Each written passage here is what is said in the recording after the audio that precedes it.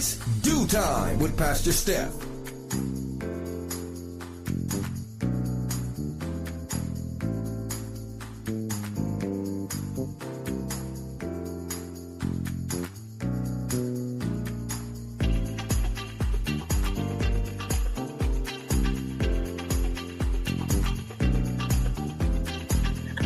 Good morning, good morning, good morning. Rise and shine. You're on with this Do Time with Pastor Steph.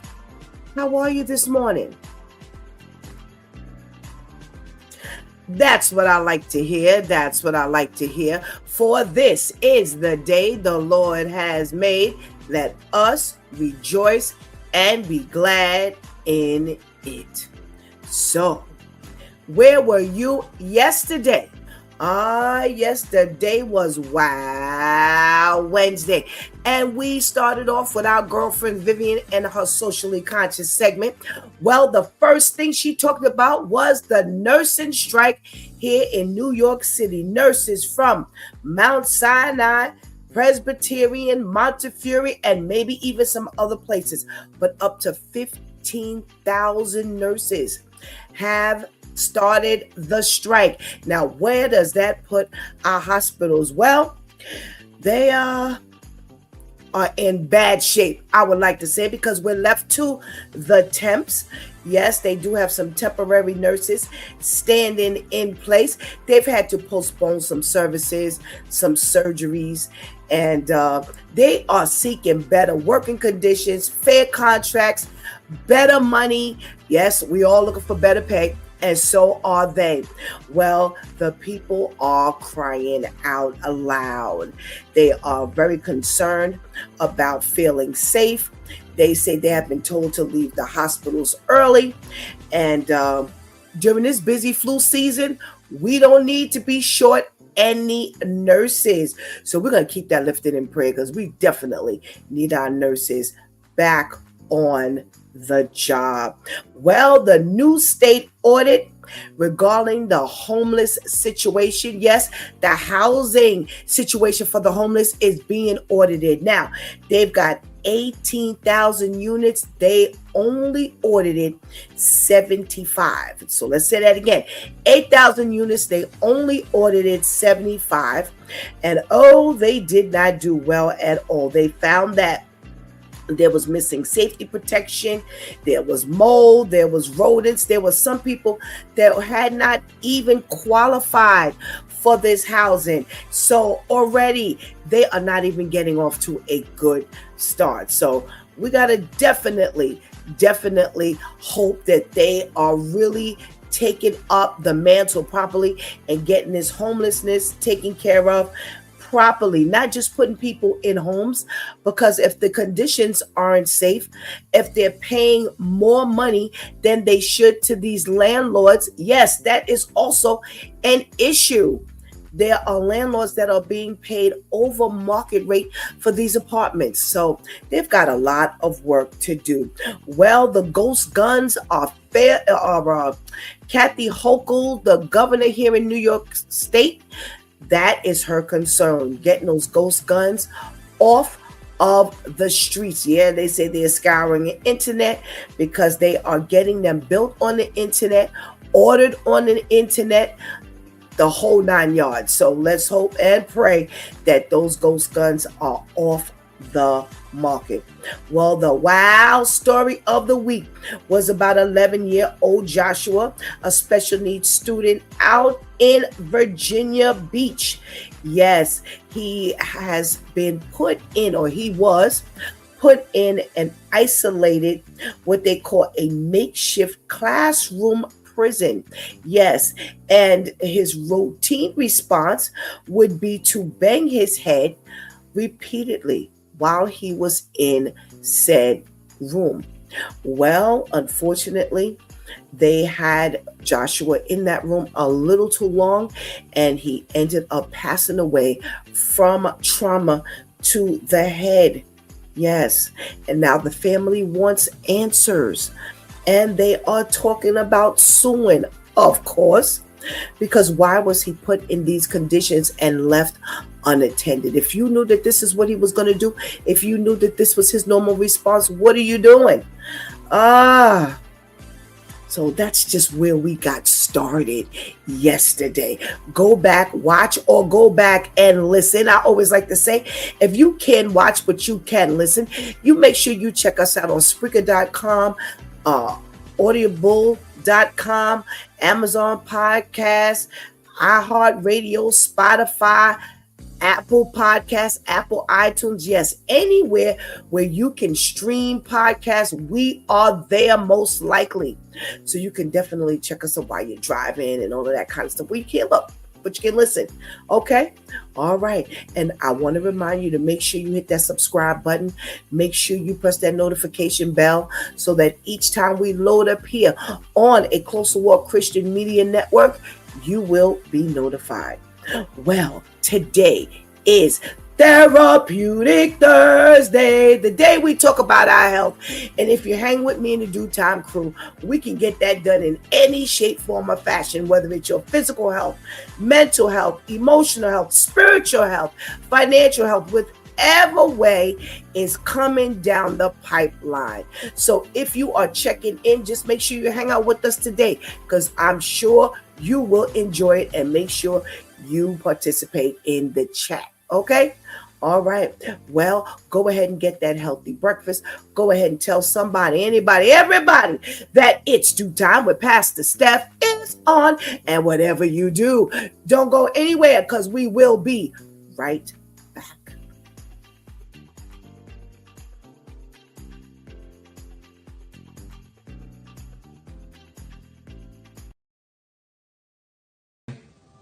Hear me very clear. Here's what I've learned. Not everything needs an immediate reaction. It's in James chapter 1, verse 19. Everyone should be quick to listen, slow to speak, and slow to become angry.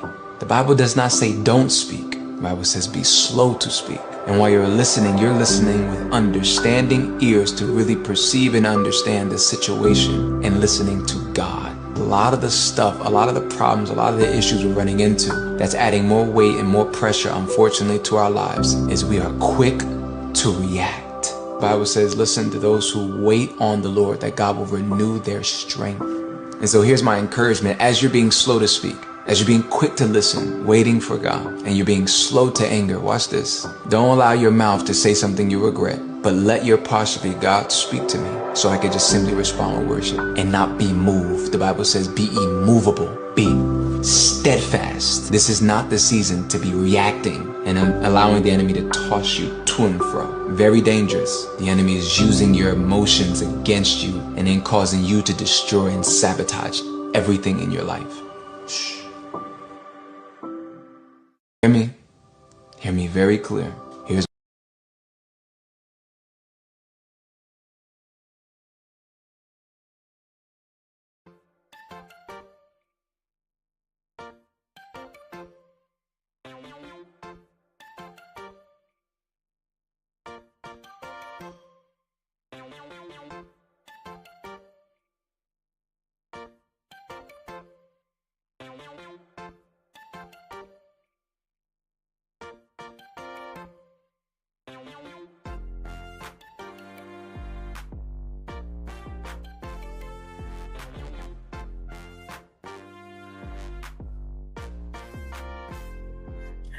Good morning, and good morning again. Welcome back to It's Due Time with Pastor Steph, and it is Therapeutic Thursday. Oh, thanks for that great PSA. Slow to speak, quick to listen. Oh my goodness. The Bible crosses every single thing we actually experience. I love it. Make sure your posture is proper so that you can hear better than you opening up your mouth. Just take some time and be quiet. My theory is somebody's got to be the first one to stop talking. And if you stop talking, it gives you an opportunity to listen. All right, so I love that PSA. Great PSA, Shantice. We got to check in from our favorite due time people. And if you are in the room, please make sure, because you're one of our favorite, that you check in. If you're new, please make sure you check in so we know that you are here. I don't know you're here if you don't check in. I don't get to see it the way y'all get to see it. So let's say good morning. Hey, Terrence, good morning. Thank you so much for joining us. I pray that mom is well. Haven't seen her for a while, but please let her know we're praying for her and we're thinking about her. We got to check in from our girl, Ketty. Hey, Ketty girl. Thank you so much for joining us. We got to check in from Aiden. Hello, Aiden. Thank you so much for checking in. I'm doing well today. Thank you. I pray that you are doing just as well, if not better. Hey, Michaela, thank you so much for joining us. Thank you so much. Thank you so much. Thank you so much for checking in. And yes, Ketty, I agree that it was a great PSA. Well, today is Therapeutic Thursday, and you know how we get started. We talk about our little health tips. Oh, yes. Tamika says these PSAs are awesome. Yes. Girl, what you do? How you scouring the internet to get us such a great word first thing in the morning? Oh, wait, I got to go back. If Miss Grace is on the line, we want to say good morning. Thank you so much for joining us. And we must say good morning to the ladies who keep us held down each and every morning and make sure we're up and running. Good morning, Shantice. Thank you so much. Thank you so much for making sure we are on every day. And we want to say good morning to our girl, Anika. Thank you. Anika, thank you. And we got to check in from our girl, Vivian. Good morning, Viv. Thank you so much for joining us this morning. Well, let's get these health tips. Thanks to our loyal viewers. We got some health tips this morning.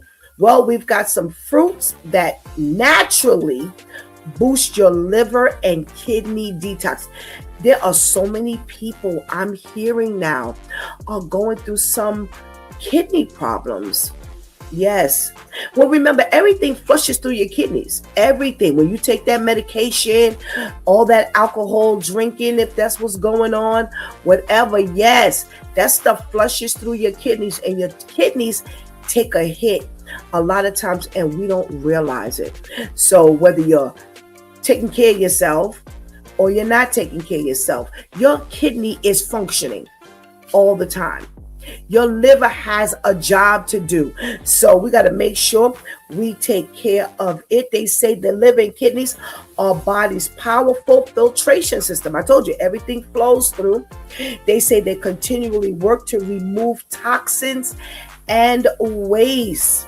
Okay, and considering that we don't pay a whole lot of attention to our kidneys and livers, we are going to talk about the things that will definitely boost our liver and kidney detoxification. Okay, cranberries. Yes, cranberries. We only look at cranberries during Thanksgiving time, and half the time it's just sitting idly on the table. Ain't nobody paying no attention to that little cranberry over there, but they are an excellent source to promote your urinary tract health. Yeah, those UTIs, yeah, that's what they're talking about. They say the benefit extend far beyond what we could even imagine. Okay, they say that the vitamin C from the cranberries definitely help to protect the kidney cells from common damage. Okay, we got a check-in from our girl Teresa and a check-in from our boy Serge. Hey, good morning. Thank you so much for joining us. They say these little cranberries are great as a natural diuretic, which means it helps you go to the bathroom, flushing out the toxins, and definitely, there you go, definitely will help to prevent the urinary tract infections, the UTIs. Okay, so they say get those cranberries in your system as often as you can. Make sure you drink that unsweetened cranberry juice. All right. Yeah, it's kind of bitter, but hey, it helps. Lemons. Yes. A lot of what do I want to say? A lot of, oh my goodness, cultures, they drink lemon water first thing in the morning. Yeah. But they say you also got to be very careful because it can do damage to the teeth, that raw lemon water. So make sure you sip it through a straw. Okay. I've been hearing this for years, and the Asians, they are definitely big on drinking lemon water. But again, like I said, sip it through a straw to help protect your teeth. They say lemons are definitely a fruit for detoxification. That vitamin C, they say, plays a crucial role in supporting the liver and its detoxification process. And drinking warm lemon water first thing in the morning, there you go, can stimulate bile production in the liver and help to digest so that it flushes out the waste and the toxins. Alrighty. And they said also works as a mild diuretic. So you could definitely get that going. And get that lemon water first thing in the morning with a straw. Apples. There we go. An apple a day. Remember they always said keeps the doctor away. Well, they say apples are rich in pectin, and that's a soluble fiber that binds to toxins and heavy metals, helping to remove them from the body. Okay, so they say by promoting better digestion and regular bowel movements, apples further enhance the body's ability to eliminate waste. Get those apples in your system, okay? And make sure you eat the peel. Very, very, very, very important. It is so healthy to eat that peel. Don't peel your apple. Eat them. Eat the peel. Very good. Very healthy. Watermelon. Okay. Now they say, although it is like quite popular in the summer months, it is definitely not just a summer fruit. They say composed of more than 90% water, watermelon helps to hydrate the body while protecting and promoting kidney function. Okay. They say the high water content helps to flush the toxins, keeping the kidneys hydrated and functioning optimally. All right. So let's make sure we get that watermelon slice in our system as often as possible. Now, I saw this on sale yesterday and something told me to buy it, and I don't know why I didn't. Papaya. Yes. I looked right at it and I was like, nah, I'll get it another time. Oh, I should have gotten it. Okay. They say that tropical fruit, is often overlooked as a detox regimen. They say it contains powerful enzymes that help break down proteins, improve digestion, and support the body's waste processing. All right. So make sure you understand that papaya is great. It's rich in antioxidants such as beta carotene, which help protect the liver from overall organ health. Okay, so you got to make sure you get that papaya. I saw it on sale. Grapefruit. So before we get started, those of us who take high blood pressure medication, there's a certain amount of time that we need to, if we're going to eat grapefruit or drink grapefruit juice, there's a certain time we have to wait before we either take the medication or eat or drink the grapefruit or the grapefruit juice. Okay, don't forget that. Very, very key. We talked about that a few times here on during our health tips. Okay, and we know that it is a powerful fruit for detoxifying the liver. The antioxidants and vitamin C, they say, enhance liver function and helps to neutralize free radicals. And grapefruit will definitely stimulate your liver enzymes responsible for breaking down and eliminating toxins. Excuse me. So they say the benefit from grapefruit's detoxifying power is enormous. And you can also add grapefruit slices to your salads and definitely help to get and take care of your liver and your kidneys rather. All righty. So let's see. We have, that's it. So if you want to have a great liver and kidney, if you want to detox your liver and kidney, make sure you get those cranberries in, and not just on Thanksgiving. Eat them during the year or drink that cranberry juice, but make sure it's unsweetened, because you're not drinking it for entertainment purposes. You're drinking it for your kidneys and your liver, so you don't need the extra sugar. Lemons, get that lemon water through the straw first thing in the morning, warm. Apples, make sure you get those apples in your system. Watermelon, and not just during the summertime. Papaya and grapefruit. Okay, so, and I'm not too sure if you can't eat certain grapefruit. You can't take certain medication with grapefruit at all. So you want to check that out. Okay. But they did definitely mention, we did a segment on medications and food. And that was one that came up definitely where there's like a certain amount of time you need to wait before you do not eat it at the same time you're taking your medication. All right. So let's see what the news is talking about today. We got some nice stuff to talk about. All righty. And always some killing, which is not nice, but there is not a day I go for news. There are sometimes I go for news and I get nothing but killing stuff. And I'm like, I can't talk about that first thing in the morning, time after time.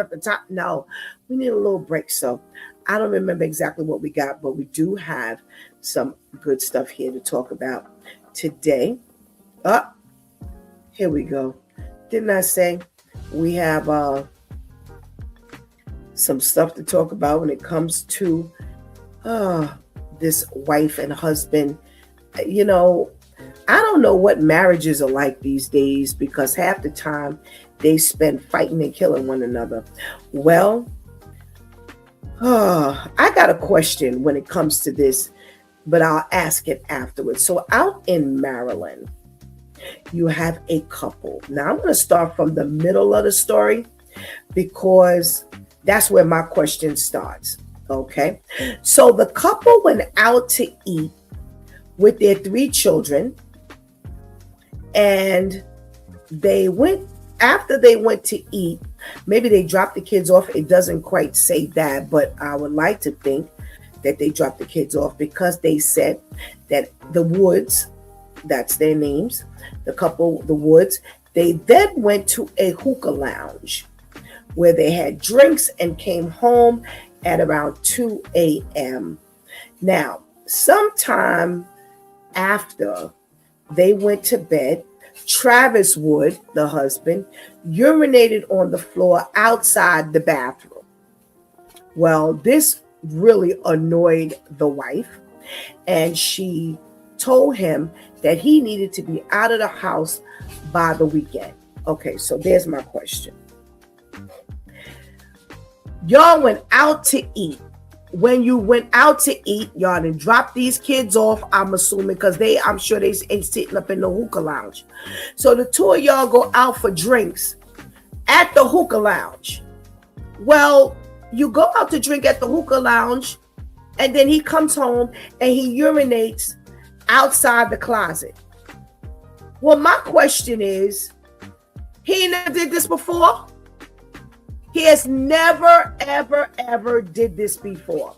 Now, here's why I say he had to have done this before. Did we talk about this as Therapeutic Thursday? Well, let's get some counseling and some therapy going on.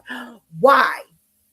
Why are you so angry at the fact that he urinated on the outside of the closet? Because this ain't the first time. Not only that he may have urinated on the outside of the closet, but he did something after he didn't drink. So I then ask you, why did you go out to drink with him? Now, it's one thing if I know you got problems after you drink and you go out to drink with the boys, or you go out to drink by yourself or with the co-workers or whatever, or you bring it home, or whatever the situation is, you drink it on your own. But I'm not going out with you to drink and then get mad at what you do after you drink. Somebody help me out. I'm just thinking, because I listen, I keep telling y'all, I've seen enough of this drinking thing. And that's why Pastor Steph has never drank. What people do before they drink and what they do after they drink is what turned me off. What that turned me off. I'm like, no. Then and now.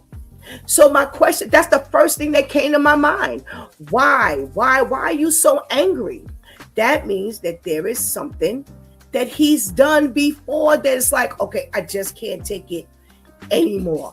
Because, okay, it's not like he doesn't pick up his socks. He doesn't put the toothpaste, the cap on the toothpaste. And now he drank it, I can't take it no more. No. This is something that has to do with this drinking. So now he pees on the outside of the closet and you tell him, listen, you got to be going by the weekend. So now he waits for her to go to bed. And when she goes to sleep, he shoots her in the head and kills her.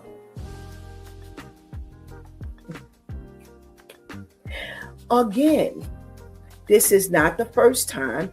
You've exemplified some level of crazy anger after you didn't have something to drink. So here's what they say he did. So he tells the girls, all right, come on, you're going to your grandmother's house. He packs the kids up. He says, and don't go in the room and disturb your mom because she's sleeping. So he takes them over to the grandmother's house and he tells his mother, he tells his mom that he killed her. Yeah. So now he tells his mother, I killed her. And then he goes and he turns himself in. Ladies, gentlemen, it's Therapeutic Thursday. Let's get some therapy in with these stories. Let you be the first to hear today that if you know these people have problems, don't contribute to their problem. And that, in my opinion, is what she did. Now, far be it from me, I would never say that she should have been killed. But what I'm saying is, why are we so angry? Why are we now you got him that angry that he's gonna, now remember, now he's somehow still intoxicated. How do we know that? Because I would like to think that if you were sober, you wouldn't have urinated on the floor outside the closet instead of going to the bathroom. So you done got some kind of semblance of order in your brain to now shoot the woman in her head. Oh my goodness gracious. I don't know. Well, you know, our due time crew, our Lady Tamika, our Shantice, our Pastor KL, I would love to see what they have to say. Well, he was sentenced to life in prison plus 15 years for first-degree murder and the use of a firearm during the commission of a crime and of violence. When I tell y'all they are becoming real creative, man, they are becoming real creative with these things. So wait, let me read that again. He was sentenced to life in prison plus 15 years for first-degree murder and use of a firearm during the commission of a crime of violence. So that means that if you use the knife during the commission of a crime of violence, or if you use the pipe during the commission of a crime of violence, then that would have been a different sentence. But because you used a firearm, whoa, all righty. Listen, y'all better stay out of the justice system because they are becoming real creative. Terrence says, you are right. It's not his first time doing this. Nope. We do have a check-in from Miss Grace. Good morning, Miss Grace. And Terrence says, he may have cheated or was flirting with someone, so all of this just made her snap, and she was holding a lot of stuff in, and he wanted to always kill her. They both holding in these crazy things. Yeah. This is just a time bomb waiting to happen. And this is why I said exactly what I said, Terrence. I agree with you 100%. That you've got this man who's been drinking, who that was a final straw. So the drinking plus whatever else may have been going on, you are so angry that you're going to shoot in the head. This ain't the first time you've been wanting to shoot in the head. So, oh, by the way, they said that this is a licensed firearm. I just wanted to put that in the story. All right. What else are we talking about this morning? All right. Well, I got some stuff here. Talk about craziness. So you've got this Governor Phil Murphy. Now let me see where he is. I thought they said where he was governor. I don't know. Well, anyway, he's Governor Phil Murphy. Back in December, he granted clemency to 283 individuals. Now, they say 31 of those 283 individuals have been pardoned and released early from state prison after they were convicted of murder and aggravated manslaughter. Now, after they've been released, they are all subject to 5 years of parole supervision. Now, I'm going to read just some of these things. And y'all let me know. Y'all just put in the up in the thumbs, put some thumbs up in the chat room if you think, okay. Tamika says Governor Phil Murphy is in New Jersey. I thought so, but I didn't want to say so. Thank you for clearing that up. So y'all let me know if y'all think they gonna survive this 5 years post supervision. That means they were on parole for 5 years. All right, y'all ready? Now all these people have been pardoned and released from state prison early. Y'all ready? Just put the thumbs up if you think they're gonna make. It. No, let's do the opposite. If you don't think they're gonna make it, put the thumbs up. All right, y'all ready?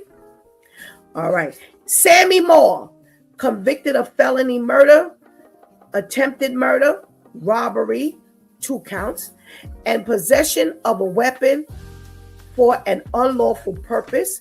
He was sentenced in March of 1995, and he was given life with 40 years of parole ineligibility.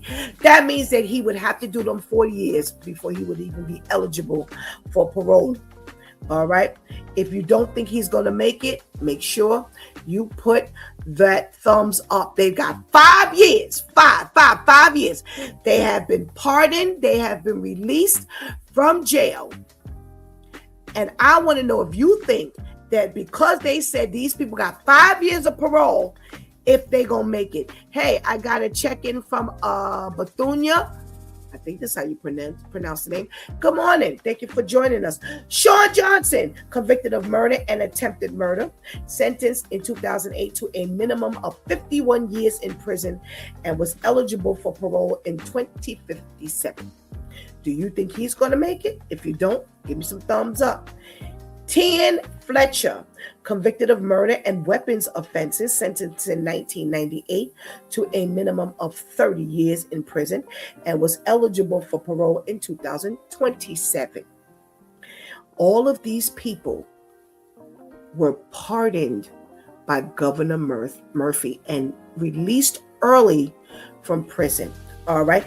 Timothy Harris, convicted of felony murder, robbery, 2 counts, conspiracy, aggravated assault, and weapons offenses, sentenced in 1993 to a term of life with 30 years parole ineligibility. If you don't think he's going to make it, give me them thumbs up. Tavon Niels, convicted of murder, terroristic threats, and weapons offenses, sentenced in 2005 to a term of incarceration of 4 years consecutive to a term of 50 years with 42 and a half years of parole ineligibility. That means that he would have to do 42 and a half years before he would be eligible for parole. Charles Johnson, convicted of felony murder, robbery, theft, receiving stolen property, and weapons offenses, sentenced in 2003 to a term of incarceration of 52 years with over 44 years of parole ineligibility. Dawn Jackson, arrested in 1999 and convicted of murder. Jackson killed her step-grandfather, who she claimed had sexually abused her for years. Her case was championed by Kim Kardashian.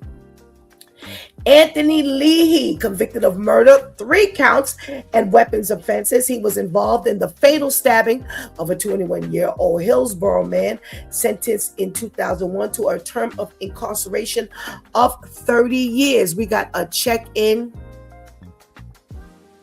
for Philip, from Philip 457. Sorry to be a great bother, but do you pray for people? Yes, we do pray for people. I'm from Australia. Welcome. Just put your prayer requests in here. We're not praying right now, but we do pray for people, and I will definitely lift you up in prayer, Philip. Okay, thank you for checking in. Denise Staples, arrested in 2001 and convicted of murder and possession of a weapon for an unlawful purpose. At trial, Staples claimed she stabbed her boyfriend in self-defense while he was drunk, violent, and demanding sex. Franklin Prather, convicted of felony murder, robbery, and weapons offenses, sentenced in 2009 to a minimum of 34 years in prison and was eligible for parole in 2042. I can go on and on and on because, again, of the over 200 people that he pardoned, 31 of them. Oh my gosh, this is who he pardoned. And they gave 5 years post supervision. All right. Now, they ain't gonna make it. These people were sentenced to like 40 years, 30 years before they would even be eligible. Some of them were sentenced to life. How do you pardon a person who's sentenced to life? What kind of madness is this? I don't get it. I just wanted to read to you some of the stuff that these elected officials have done. You pardon people who were sentenced to life? How do you pardon people? What if they were giving them life and they had to do 42 and a half years before they would have parole, or 30 years before they would be eligible for parole? So it doesn't even say that they would even be given parole. One of them was 50 years before he would be eligible for parole, and you outright release him. Oh my God. All right. I got one more story to go to. Out in Virginia Beach. Yeah, Virginia Beach has shown up twice on our radar this week. Back in March of last year, they say a group of 6 white students gave a black student a bag for his birthday. Now, let me tell you, here's how the story goes. The story is they were all friends. Excuse me, they were all friends. And they were all going to celebrate this one black boy's birthday. So out of the whole gang, he's the only black kid in the group. So they ask him, what does he want for chicken? What does he want for chicken? What does he want for his birthday? He says to them, oh, just give me some fried chicken. That's what he says. So they get together and they put a bag together, and the bag has fried chicken, watermelon, Sour Patch Kids, grape Kool-Aid, and a birthday card with handwritten racial slurs, including Blackie Monkey, what's up my Ned, from your favorite clan. Now let me say this again, because see what I'm about to say, people may not understand, but I'm gonna say it, and this is why I say it. So it's about to be the little black boy's birthday. Now I think they're all like 15 years old, I think. They're like 15, 16 years old. They say, hey, Steph, it's your birthday coming up. What do you want? And all my friends in this group are white. I'm the only black person in this group. So I say, just give me some fried chicken. So they put a bag together for my birthday. And when they hand it to me on my birthday, it has fried chicken, watermelon, Sour Patch Kids, grape Kool-Aid, and a birthday card with handwritten racial slurs. So that probably means, you know, you get that birthday card and everybody signs the birthday card. Well, they all signed the birthday card, and some of the racial slurs included Blackie Monkey, what's up my nigga, and from your favorite clan. So here's the problem. So somebody was standing in the vicinity of the group when they handed him the bag. He says, the witness says that he said, like, you got to be kidding me. You got to be kidding me. And yeah, they were ninth graders. So they're about 14 years old. Yeah, they're about 14 years old. So one of the witnesses say that he was like, really? Okay. I don't think this, you got to be kidding me. Yeah. And they said he did not seem very happy. They say that the witness said what they handed me in this bag was black people food. That's pretty racist. That's what the witness said he said. Well, the word got back to the school authorities, and they suspended all of the children who gave this bag to this student because they said that this was racial and bullying, and they do not tolerate it. So they suspended them. The parents of those who were suspended are now suing the school because they said they gave their friend a birthday gift, and in hindsight, was it the smartest thing to do? No, but these are ninth graders, and ninth graders don't make the best judgment. So context matters. They are very upset because they say it was an ill-advised joke amongst friends, and that the alleged victim had asked his friends for fried chicken for his birthday and said he thought the card was funny.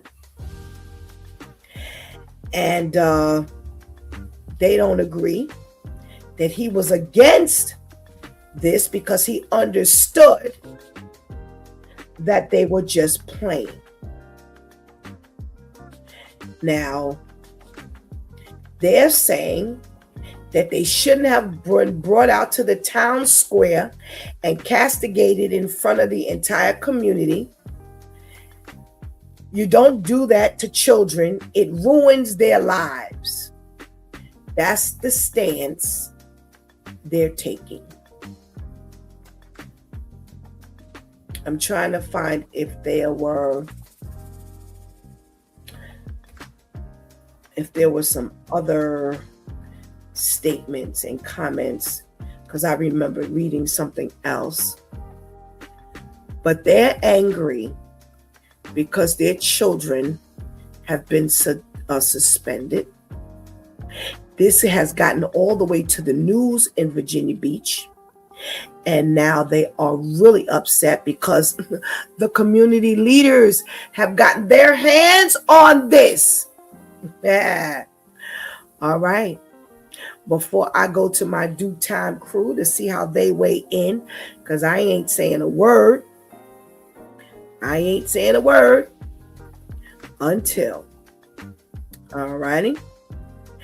Terrence says, I really think the ones that have life and the ones who think that they were going to die in jail will make it, because when you have life and thinking you're going to die in jail hits differently. Okay? I happen to disagree. It's different if, here's where I would agree with you. If these people were, let's say for argument's sake, you got life somehow because it was an accident and you didn't mean to kill. Not with these things. That's why I read them. So for me, I don't think so. To me, it seems like they always joke around with that black kid like that, but it's unacceptable. And why in that world would he ask for fried chicken? Okay. He says, to me, it seems like, okay. Vivian says he let them play with him like that. They're bullying him, making him think it's all a joke, and he's falling for the foolishness. Had someone not witnessed it, he would have laughed with them. Okay. Kenny says that was no joke. And I will weigh in after my due time crew does. Let's talk to our girl Tamika and see what she's got to say. Good morning. Happy Thursday. Good morning. Happy Thursday to you too. I'm well, thanks. How are you, Tamika? I am well, thank you. Good, good, good. All righty. So we're talking about Governor Murphy, who has pardoned and released prisoners such as Sean Johnson, convicted of murder and attempted murder, sentenced in 2008 to a minimum of 51 years in prison and was eligible in 2057. Sammy Moore, who was convicted of felony murder, attempted murder, robbery, 2 counts, and possession of a weapon for an unlawful purpose, sentenced in March of 1995. He was sentenced to an aggregate term of imprisonment of life with 40 years of parole ineligibility. And again, for those who may not catch that, you would have to do at least 40 years before they would even consider you for parole. Now, there's 2 things on the table, Tamika. I ask, how many of you think that because they've gotten 5 years of parole, all of them, automatically it comes with 5 years of parole, do you think they'll make it? Now, some said no.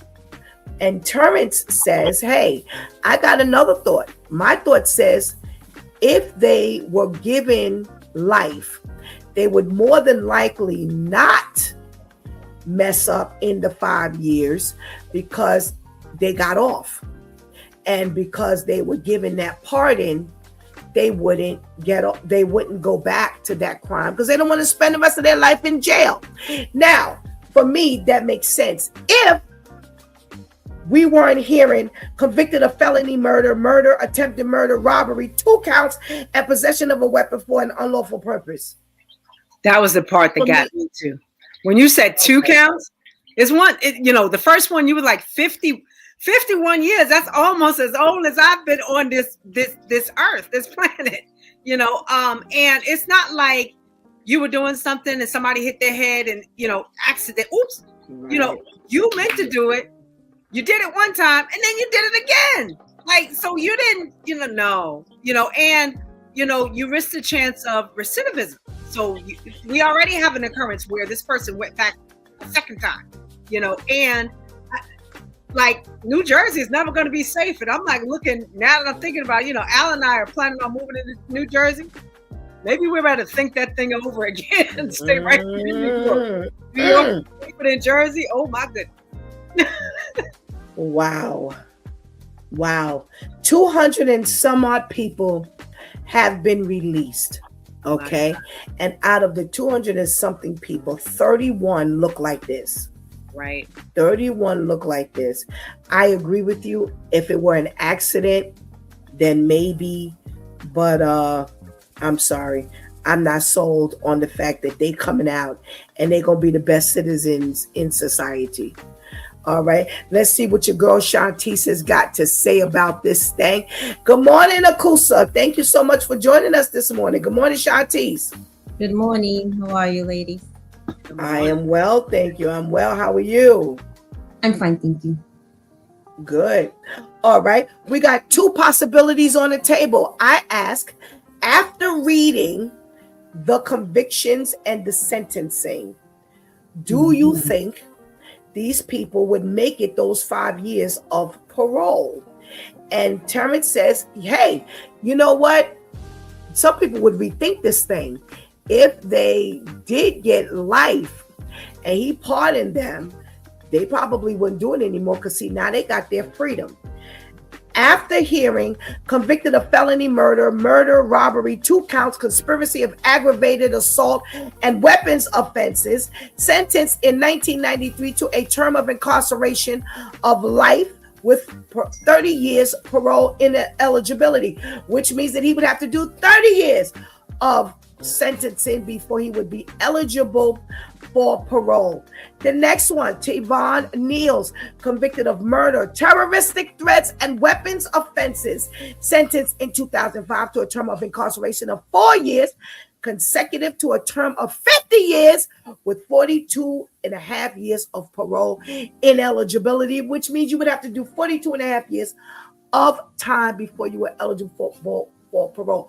Which side do you think they're falling on? Do you think that they're going to make it these 5 years? Or do you think they're going to say, hey, you know what? I got to make it because I just got released and I was going to spend the rest of my life in jail. But because Governor Murphy pardoned me, I'm going to behave. Which side of the fence are you on?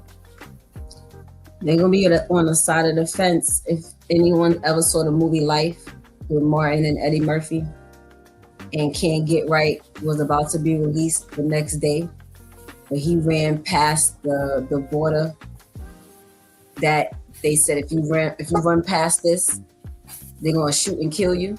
That's a gun line. Yes, yeah. And they couldn't figure out, well, why would he do that? It's because he knew he wasn't gonna make it on the outside. It's like, I can't go home to my mother like this. I don't know what it is to live outside of these prison walls. That's how they're gonna be. It's gonna be, oh great, because I heard of a release date of 2057. I'm like, nah, it's 2026.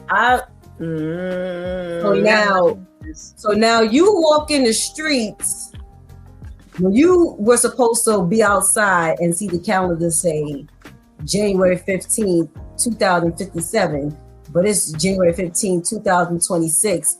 And whoever you probably missed on your spree is who you might be going after right now. I don't think with those type of crimes, the sentencing alone already told us the severity of the crimes. I don't think I have much faith that they would come out and be law-abiding citizens and go apply for jobs and, take walks in parks and do things that normal level-headed people do. I really don't think so. Well, Akusa's agreeing with you. She says exactly, Shanti. So that's 2 for 2. All right, where's my Pastor KL? Is he in the room or did he actually? He just dropped out. And when you serve that kind of time, when you come out, the world is different.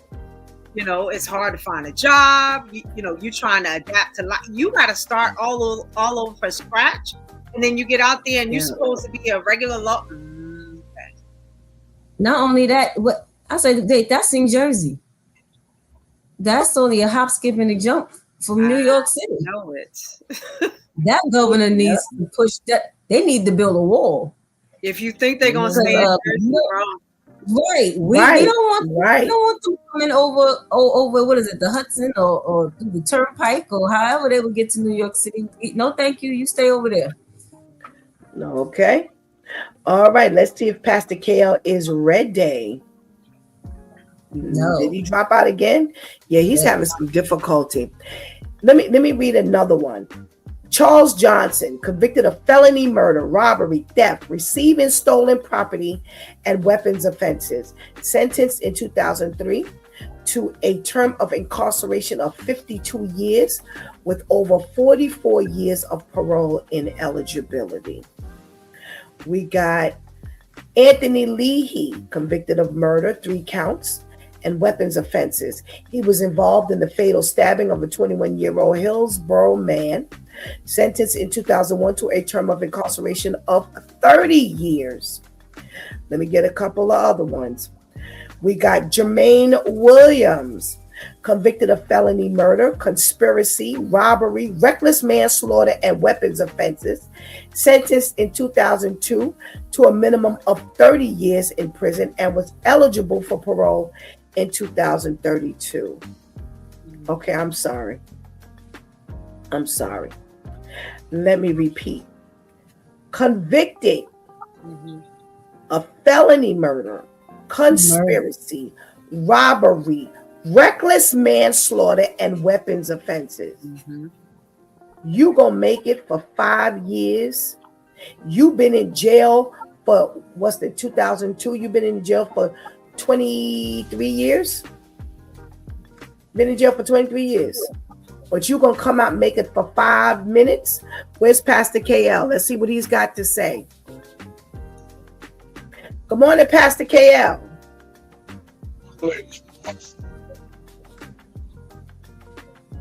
Did he speak? Can you hear me? Yes. I can hear you now. Yes, we can hear you now. Good morning. Good morning. All righty. So, Pastor KL, we've got Governor Murphy over in New Jersey. He did the pardon thing. 230 some odd inmates he pardoned. Of the 230 some odd, 31 have been convicted of major crimes.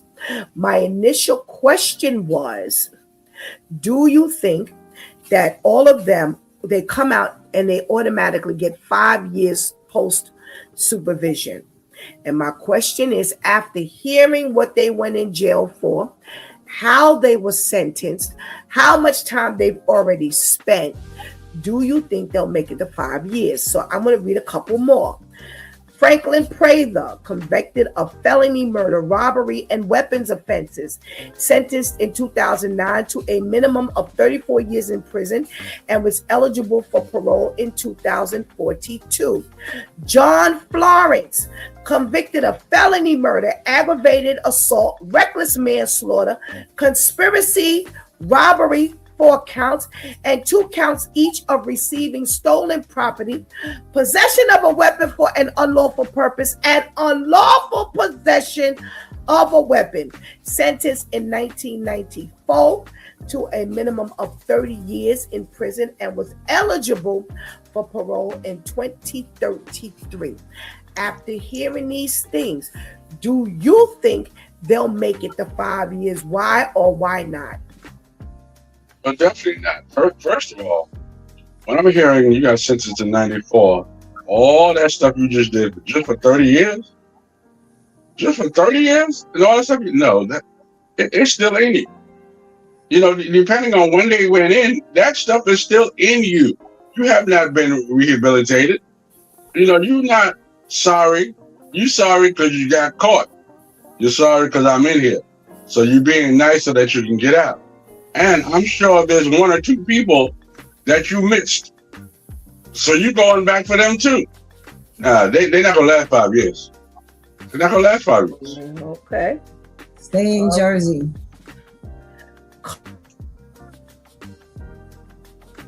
Freeman, What you say, Shawty? convicted of felony murder and attempted robbery, sentenced in 2007 with term. I'll continue reading.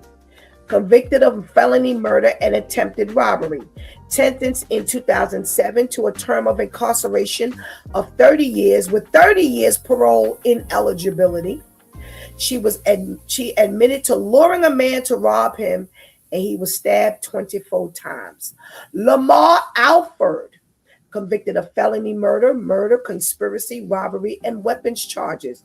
Court documents said Alford shot a drug dealer who owed him money, sentenced in 2007 to a minimum of 63 years in prison, and was eligible for parole in 2075.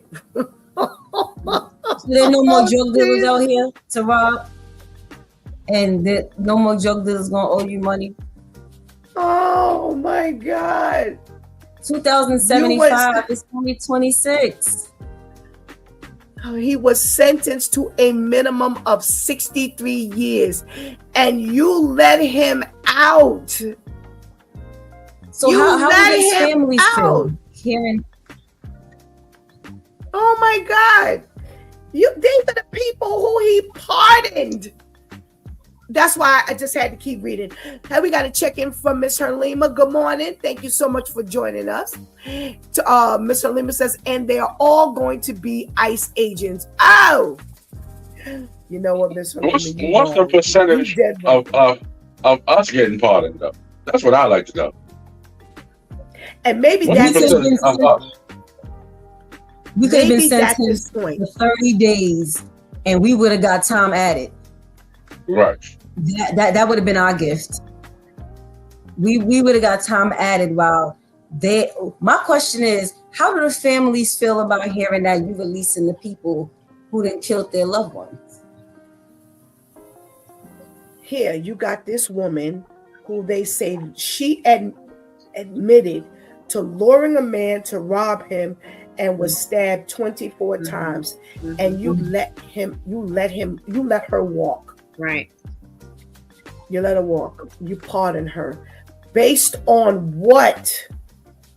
Based on what? I don't care whether they were white, black, he didn't actually do the stabbing. That's what it was. Based on he didn't actually do the one who's done the conspiring more.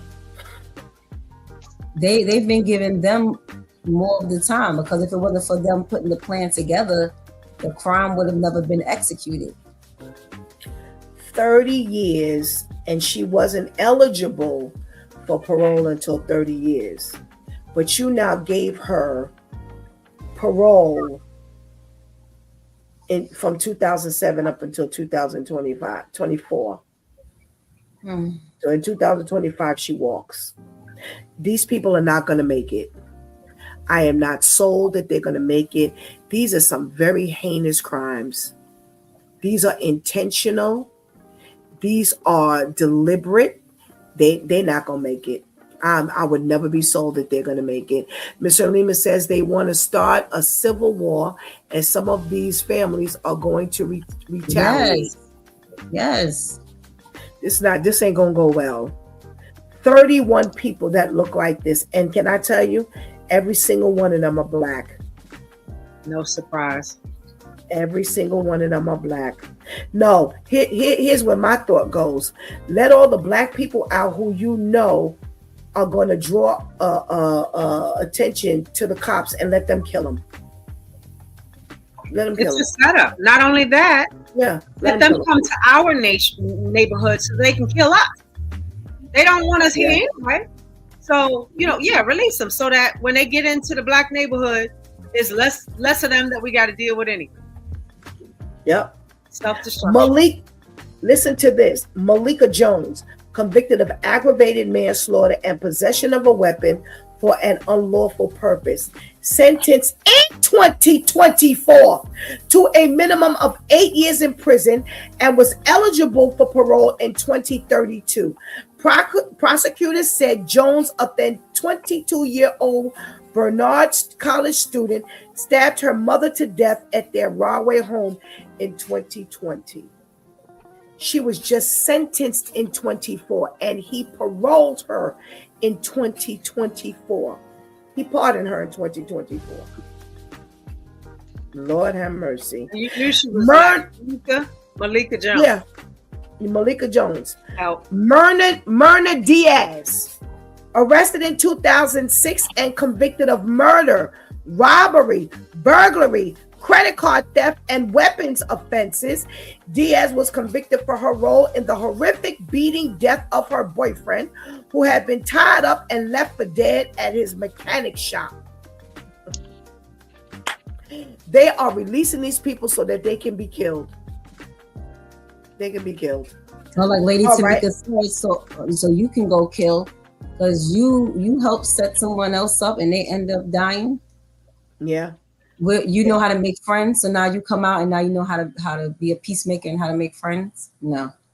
And we've already seen someone who served time for I don't know how long and then got out. His people found out that he was out and he died. They killed him. Yeah. So Who was that? Alpo? Crazy. All right. Let's switch gear and go over to Virginia Beach, where you have these 9th graders. I'm keeping my thoughts to myself. So you got a group of friends, all white with one black person in the group. It's about to be his birthday. And they ask him, what do you want for your birthday? He said, "I'll just give me some fried chicken." So they get together. They give him a bag with fried chicken, watermelon, Sour Patch Kids, grape Kool-Aid, and a birthday card with handwritten racial slurs, including Blackie Monkey, What's Up Mané, and from your favorite clan. Word got out that when he got the bag, he was not happy and that he was offended. And the school said, "We do not tolerate racism, racist behavior, or bullying." And they don't care how much friends they supposed to be. They consider this bullying. So they ended up suspending these kids. Well, word got out to the community leaders, to the newspapers, and needless to say, the kids were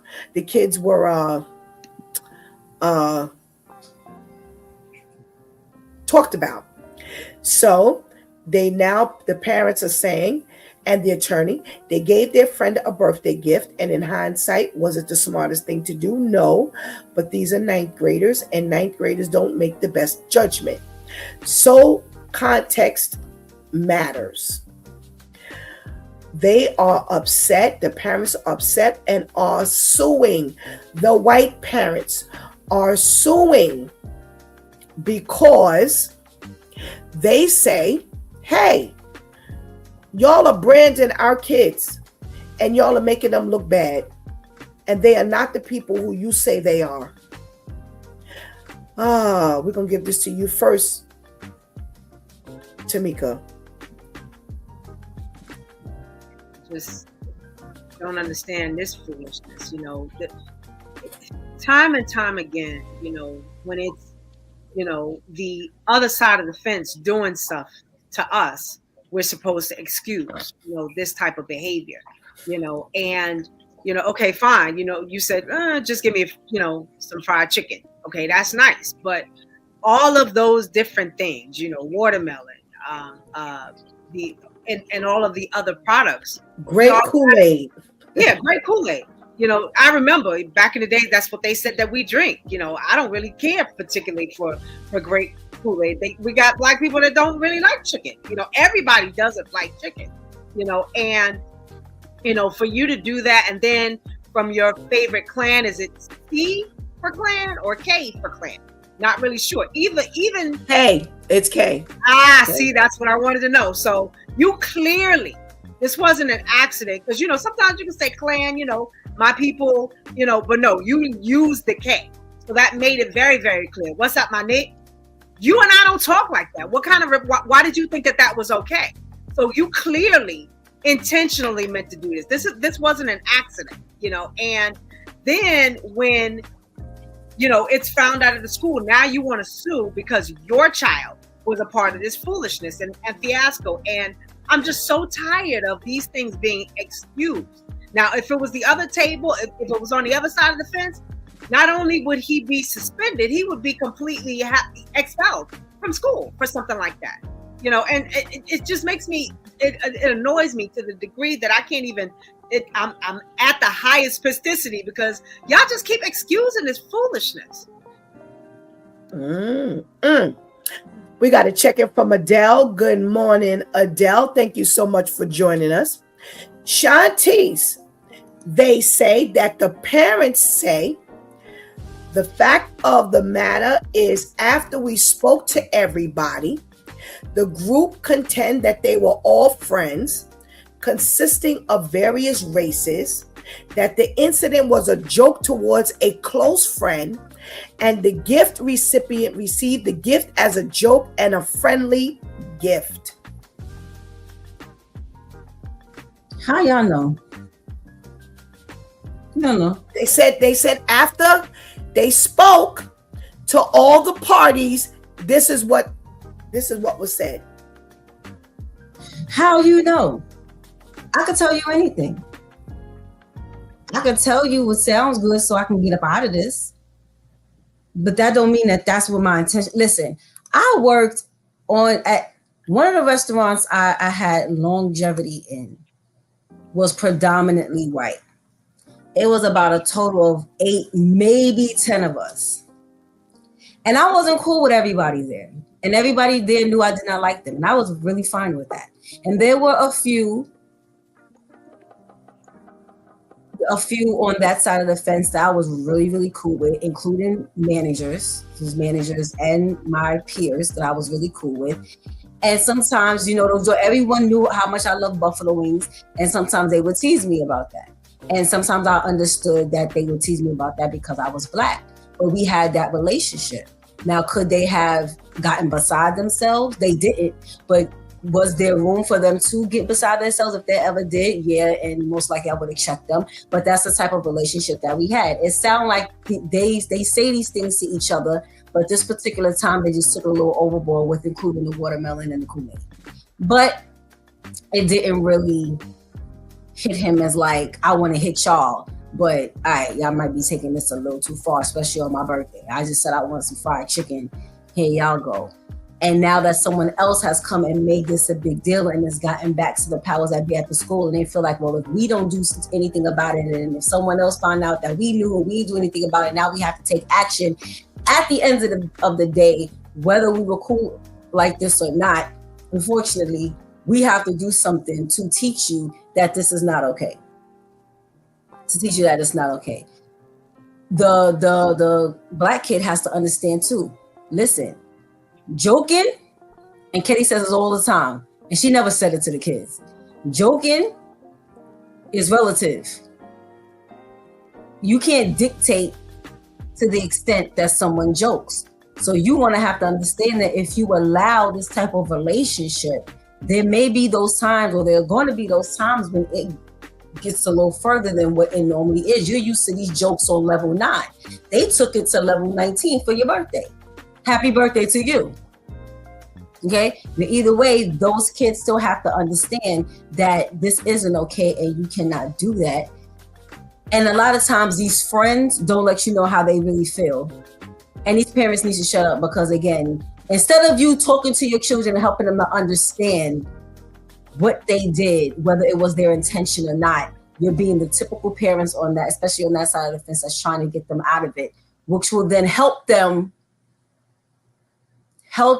really quick. I was watching a series where there was an entrepreneur program within the high school, and some Black kids got together and started a brand, and they produced merchandise, apparel for the brand. It was called Black Sets, so like Black Success.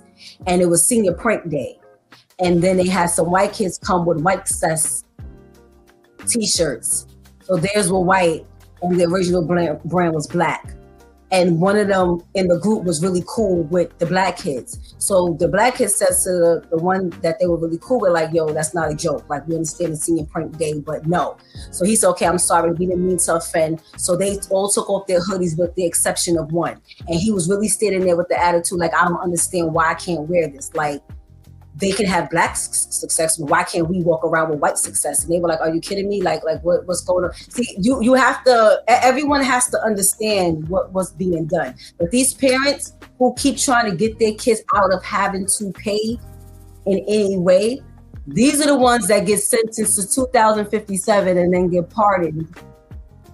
And now you wondering if they're going to make it in 5 years. Because you're not teaching them anything. Yep. Absolutely. We have Adele. Kids do silly and mean things and think that is funny. The parents need to stop because we all know kids act differently when not around their parents. Tamika says there is truth in jokes. Pastor KL, let me reread this here. The handwritten note in the bag said, Blackie Monkey, what's up, my nigga? And from your favorite clan. This is a joke, they say. We were just playing. This is just a prank and a joke between close friends. No, ma'am. No, ma'am. No, ma'am. No, ma'am. No, ma'am. First of all, you've just exposed who you are and who your family is. You know, and that's why the parents are upset, because they can no longer hide behind the sheets. Now they're exposed because your children are a product of you. You know, these things that I learned from home. You know, monkey and all this stuff. First of all, I don't know any of us who have any white friends who's okay with them saying, "What's up, my nigga?" I don't know any of those. I don't care whether it was in the 9th grade or up to now. There's too many people on outside who wish somebody would make that mistake. Just wish. So I don't think that was a comfortable statement where, you know, we say it all the time. No. Third of all, I'm not hanging around 6 light-skinned folks. We don't have that much in common. There you go. Now we don't have that much in common. Okay, listen, I'm gonna stop you right there, because now you have sealed that we came from the first era. Remember, I kept saying there's something that already that's got me rubbing me wrong. Go ahead. Mm-hmm. I just had to stick that pin in there. You know, I'm not doing the raisins and the potato salad. You know, we don't even eat alike. You know, we don't even eat alike. You know, fourth of all, if you ask me what I want for my birthday, I'm not saying fried chicken. You know what I mean? And I don't know who it was to Mika's point. You know, I'm really upset with you because I don't know who don't like chicken. So, you know, you just need to cut that out because I eat it every morning. You know what I mean? I don't know who you hang out with. You know what I mean? I think you hang out with those 6 white folks. You know? Oh, God. But compound with all that, now the parents wants to sue because they are exposed. Because people are wondering, well, where did they get this from? This is not a school event, you know, where we're walking around saying monkey, monkey, monkey. That's not a school. That's not a peer event. That's something from the house that you learn from the house. You know, racism is learned from home. You know, I tell y'all all the time, I couldn't bring anything other than black woman into my house. My father was not playing that. He didn't want no Puerto Rican. He didn't want nobody light skinned. You know what I mean? And if you was too light, he said you wasn't black. You know, so no, this is something I learned from home. So yeah, I don't know. They're just being exposed. So I said I was keeping my comments to myself. The first problem I have is when I'm looking at TV and I see this group of kids and they got all these people from the other side of the fence and you the only spot in the group. Token friend. that thing, maybe it's a 60s thing. That thing just rubs me wrong. I don't care whether it's Disney, YouTube Kids. I don't care I don't care. I don't care. And I'm not prejudiced. I'm not racist. It's just something about that look that rubs me wrong. Because my thing is, you mean to tell me you can't find nobody that looks like you?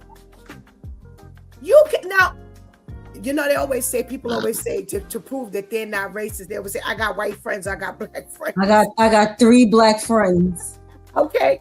I God knows that this has nothing to do with how I feel. I have some very good friends who are not black. But my thing is, how do we end up? We're the only one in the crowd, and we comfortable, because I go back to what Pastor KL said. How much do we actually have in common that's all I can hang around with? I don't care what's on this TV, this movie. I always find that so distracting, and that's what catches my biggest. Because I'm like, where your people at?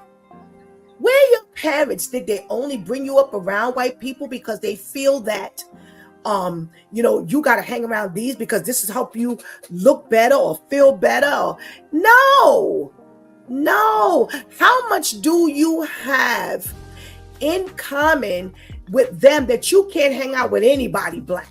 And here's where I go, because that's when they believe they can say Blackie Monkey, what's up, Mané, and from your favorite clan. See, if we were not just partnered together like glue, you would never feel like you were that comfortable with me that you could actually make that joke.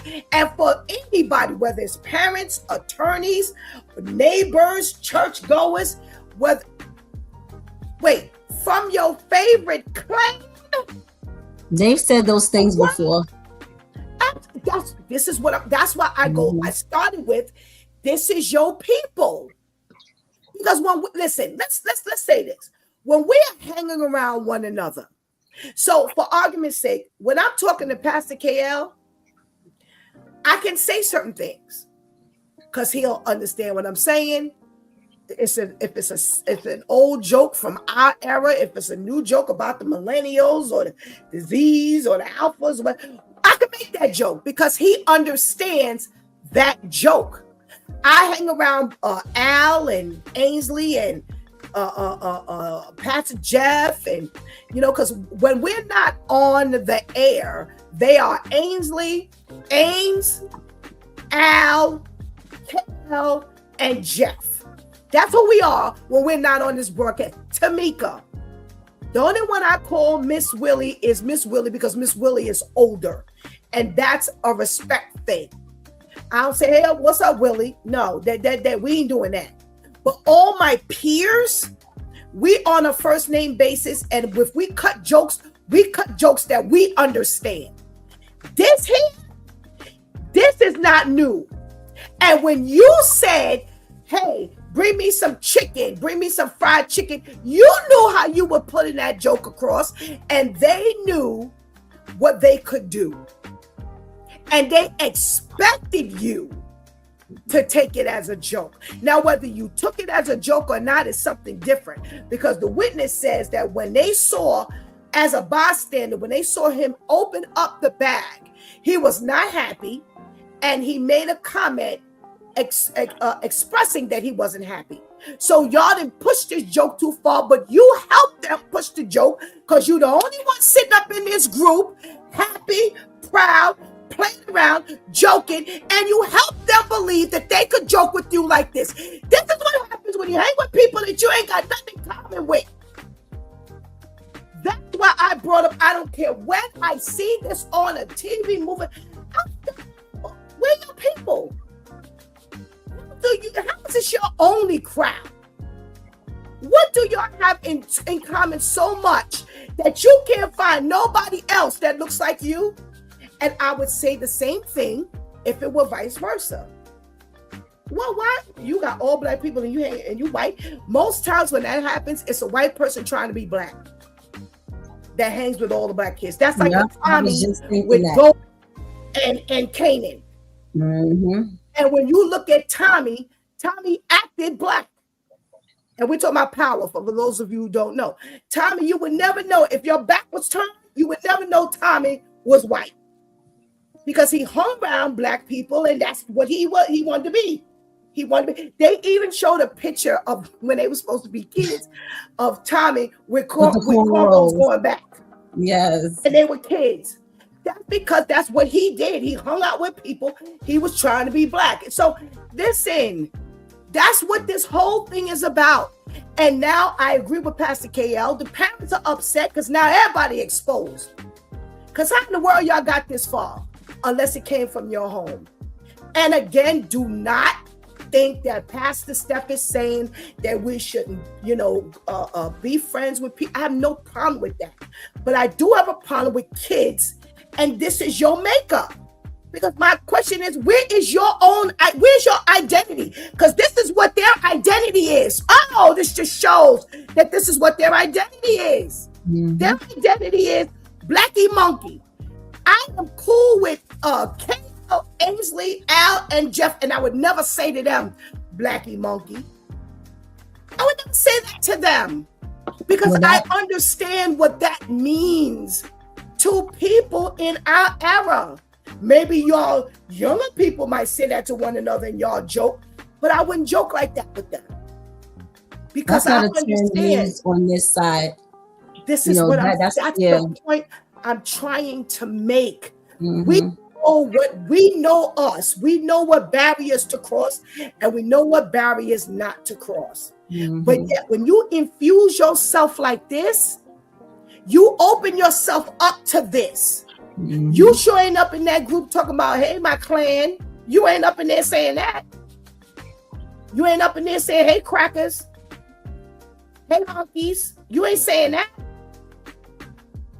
You're not saying that to them. But you have helped them understand that they can make this joke with you. And when you doing that, oh, just bring me fried chicken. This is what you get. This is what you get by all means.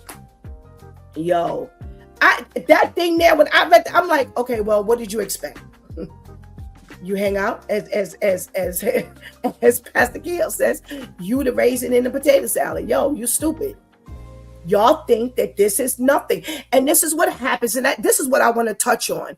Pastor KL consistently talks of the generation gap. It says these are the millennials and this is how you think. And we are the older generation, because I ain't call myself no dinosaur. We're the older generation. And I ain't going there. But my thing is, the younger group does not understand. They don't understand that this is just not the thing to do. And I'll start with you, Tamika. I'm sorry, I missed the question. Sorry. Do you agree? I was saying the attorney says, well, this is just what ninth graders do. These are ninth graders. This is what ninth graders do. They don't think. When you're a ninth grader, you don't think. I contend something different. I contend that this is a generational thing. Because in ninth grade, we didn't do this. But now we're finding that these kids are crossing a lot of lines we didn't cross. They're going in a lot of areas we didn't cross. Hold on. Make that comment. I didn't realize we have some comments here. Adele says, right past the KL, we have nothing in common with them. I'm the same. My kids can't bring something other than black into my house, not Spanish, not nothing. I'm sorry. Taught in the home is right. And she says, right past the Steph, we love all people, but nope. Now, I didn't have, just for the record, I didn't have that rule. For my girls, my thing was, whoever you bring in here, they just better be right. I don't care if they blue, they better be right. Bring an alien up in here, he better treat you right. He better do right. He better be able to pull up some carpet, paint some walls, lay some tile. He better be able to do something. Because they ain't coming up in here looking at me. They want to get next to you, they're going to have to do something up in this house. Other than that, there was no other criteria. Okay, I'm not saying anything about anyone who had it. That wasn't my thing. But Brian, here go Brian. Hey Brian, where you been? Brian says I don't have. Brian says I don't have any kids, but you gonna think when I pull this belt off, okay? I think Brian likes to be controversial. But welcome, Brian. Thank you for joining us today. So I contend that this is a new thing. This is a new thing for these new generations, that they get themselves involved and do things that we would just never think to do. Do you agree or don't you agree? Okay. So I do agree, and I remember when things started to shift, and I want to throw something else in the ring a little bit as well. I'm wondering if this youth was put in an area where it's a majority of a white school, and the reason why I say that is that's where I was, that's where I came from. I came from an era where there were 4 of us, 4 black students in the entire school, and we didn't hang together. I had a series of white friends, and I told you, 66 white friends. I knew it. And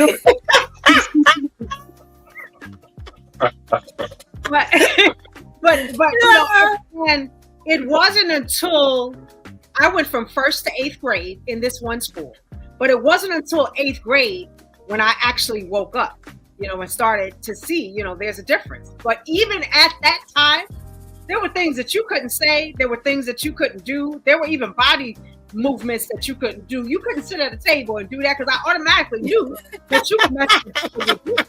So, there were just certain things that you couldn't do. And, I remember just walking the street, and you could see the shift. You could see white people talking to each other. What's up, my name? Wait a minute. And those doors were open, for you to be able to do that. And even with this set of people that I'm looking at now, I don't talk to any of them and go, yo, what's up, my name? None of that. I don't call nobody blackie. I don't call nobody monkey. Those are not doors that you allow open in any way, shape, or form. And for you, to say, oh, just give me chicken. Why couldn't you say something else? You mean out of all the different things that you could have gotten for your birthday, why didn't you say, can I have a birthday cake? So this is something you might have done joking with, every now and then you think it's okay, but there are doors, like for instance, people just walking up, touching my hair. That's a no-no. You set the boundary. You as the individual in a set like that, set the boundary. The fact that you let that door open, they figure, okay, well, you opened it. We can walk all the way right through it. That's right. That's the problem. You have to set the premise and the boundaries. You're not going to touch my hair. You're not just going to call me anything. We're not going to have this type of rapport where I'm teaching you how to, how you do your hair like that? Don't worry about it. It's none of your business. Your hair texture is not like mine. It's never going to be like mine. You can't lock your hair because your hair is not like mine. So don't ask me questions like that, And so I feel like he opened the door, and unfortunately, that's the end result. Right. I agree with you. 100%. Brian says, no, I'm not controversial, but when it comes to young men in general, you got to establish that discipline from the start. So no, ma'am, in correcting behavior every time with my belt. No, I was only joking when I said you're controversial. We love all kinds of conversation here. So I was only joking. If you came on more, you'd understand more. Yeah, I agree. You open up that door and they walked straight through it because they thought they could. I agree with you 100%. I would come to you next, Pastor KL, but since I know that what you gonna say, I know how you feel, as Pastor Jeff would say. I'm gonna go to Shantice because she is the millennial, and they do things. Even millennials do things that we don't do. I remember we had this thing, Shantice she was upset because she had told a guy something, and she it backfired, and she was upset. And I just looked at her. I said, well, you're the stupid one. I said, well, why would you say all that you said? Well, who told you to tell all of that? Well, I thought, I was just being honest. I'm like, are you crazy? They don't need to know nothing more than what they need to know. That's before I realized how mentally challenged these millennial men are. But I'm just, in other words, I'm using that as an example of that is something we didn't do. You don't tell everything. You don't talk and say certain things. Certain things everybody don't need to know. I don't care how close we supposed to be trying to get, how much we in a relationship. Nah, that's off the table. So that's why I want to hear from her. Are you seeing even a very difference in age as to how things are handled between you and the Z's and the alphas? Absolutely. As the generations go, the desperation increases. So that's why it's like in your generation, in your parents' generation, there were very high standards for everything. As the generations go, we still want those standards as a whole, but we care less about them because that means I'm by myself. No one wants to be my friend. I'm single. Now everyone has an emotional pet, and my emotional pet makes everyone else emotional. And oh my gosh, I don't know what to do. All this whining, all this woe, it's me. No one knows what it is to make friends. No one knows what it means to walk in and own the room, even in your silence. Like there's an art to one of the things I really had to acknowledge to God and say, even as insecure as I was, he could put me in any setting and I'd blend in, and not just blend in silence. Like I'd be rocking with the group. I'd be rocking with everyone in that environment. These kids don't know how to do that anymore because everything is about when, and all this catering to, and it's like, shut up. Learn how to talk to people. There'll be less pets in the airport if everyone learned how to talk to their neighbor. I don't understand how everybody go to church and they say, look to your neighbor and say neighbor, but don't nobody know how to turn to the left or the right and talk. And the grocery store. I'm about to say, you can't go to the corner store, the grocery store without seeing pets because don't nobody know how to talk. If they could have pets at the checkout line, bagging and ringing up the stuff, they would. Because don't nobody know how to talk to people anymore. It's disgusting. And that's why it seems like the standards and everything has plummeted, and there's this big difference. Going to school, and again, I was a very insecure, I got bullied in school. I got all that. When you walked up, you see how like you see it in the TV shows, in the movies, they walk in the let's say the cafeteria, and the whoever the main character is surveying the cafeteria like this is the cool kids table. That's the nerd table. Right. That's the Indian table. That's the black only table. Those the bullies. Those the be bullied. Don't like you never before, like you would never look over as a black kid. And again, it's no shade, but we talking as a black kid and say, the white table. That's where I'll sit. What? Why? And again, it doesn't mean that you wouldn't rock with them. Like it doesn't mean that. But that's not where you would end up. You would sooner sit in a staircase by yourself with your tray and eat. But because there's so much desperation going on, and I thought the same thing when Pastor Steph, you said if anything, you would always see that one white kid with the blacks. And I mean, we all know why that is, because our culture is just so dope. But again, it's no shade. Listen, it is what it is. They love it. They love it. They love us. And when you're not ignorant, we love, everybody loves. It's just, that's not something that we would do. But again, because there's just so much desperation now, you would just, like I said, I worked on a job where it was all of them. And I will never forget, we did I told Pastor Steph, we did a grab bag one year. And everyone who I went to wanted to know who was on the list. So it amazed me how I started getting all this backlash because everyone in the restaurant wasn't on the list. And I said, well, did you turn to your neighbor and ask them, did they care? Because everyone I approached, and a white person came and asked me if I wanted to join the list, and somehow I became the president of the list. I still don't know how that happened. But now I'm getting attacked because now it seems like I'm only picking the people I want. And I had to make a PSA. I don't like everybody here. I'm sorry. So when it comes now time for us to fellowship, to exchange these gifts, don't we have to like each other? Like, don't I have to look over and want to smile? And not, why are you here? Because I was just talking about you. Listen, everyone is not befitting of every circle. They went out.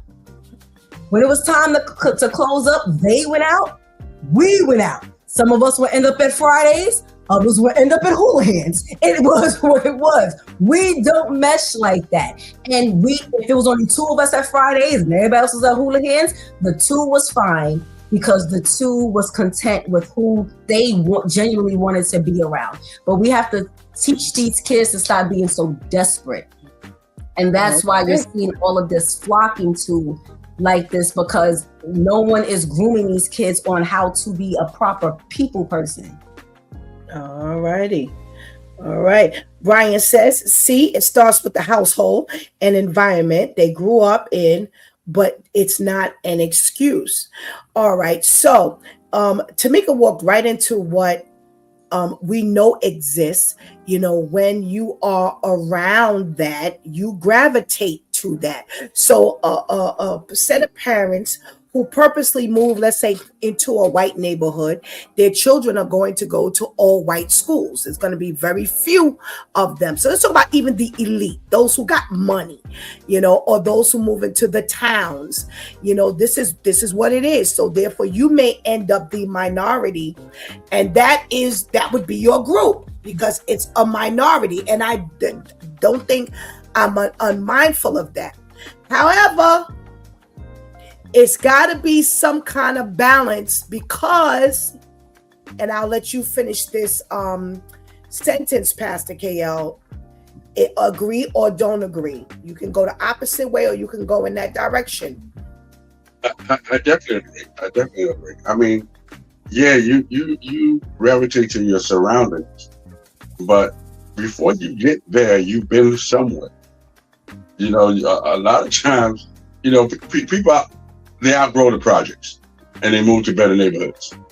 But some folks still have the projects instincts in them. You know, you don't just all of a sudden become Tiger Woods once you leave the projects. That's not gonna happen. You know, and I think that from the ABCs, whatever, you know, we Shantice, Stephanie and myself, Pastor Steph and myself last night, we went over all this stuff, and now they done ran out of letters. So whatever they are, you know, I just think that things change. It has changed drastically. You know, from our era, those wasn't good jokes. And those jokes could have got you beat really bad. You know, I tell the story all the time that every time Roots came on once a year, the next day I beat up some white folks. Just because Roots came on. Just because. And I don't think that I'm racist. I was just mad at them. And it was like, hey, your grandfather did this, so now you got to pay for it. You know, was it stupid? Yeah, it was stupid. It was very, very stupid. However, this is how we were grown. Listen, you couldn't step on our sneakers, let alone call us something else. Let alone call us out of our name. If you bumped us the wrong way.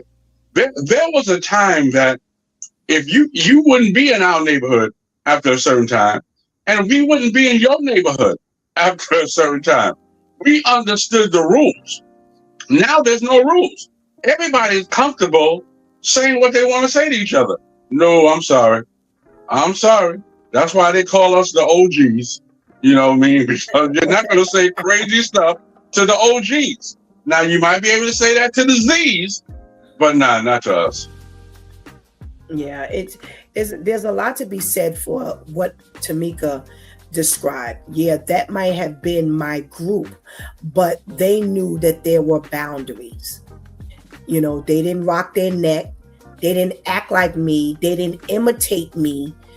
It wasn't something that, you know, I've seen people, oh my God, and not me personally, oh my God, their hair. And they're like, oh my God, it's like they are, there's a word I'm looking for, obsessed. Fascinated. What'd you say? Fascinated. That's the word. Thank you. And you could see them like pick up and they're like looking at it. Like, I'm like, wow, why? Yeah, I'm like, why are we doing this? You know, oh my gosh, they're like I guess because of the diversity of what we can do, you know, with our hair. You know, that's pretty much, you know, what the texture, I don't know. But I have literally asked, there was a lady I used to work with, and it was only a few of us, and I used to work with a woman who was a few years older than me. She was maybe about 7, 8 years older than me. So if you think we're bad, she was really not playing that.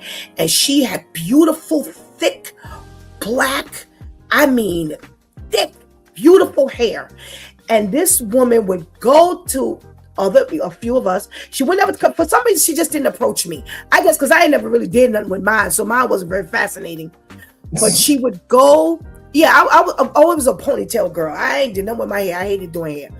And she would go to their hair. And one day I finally said, why? What's going on? What is happening here?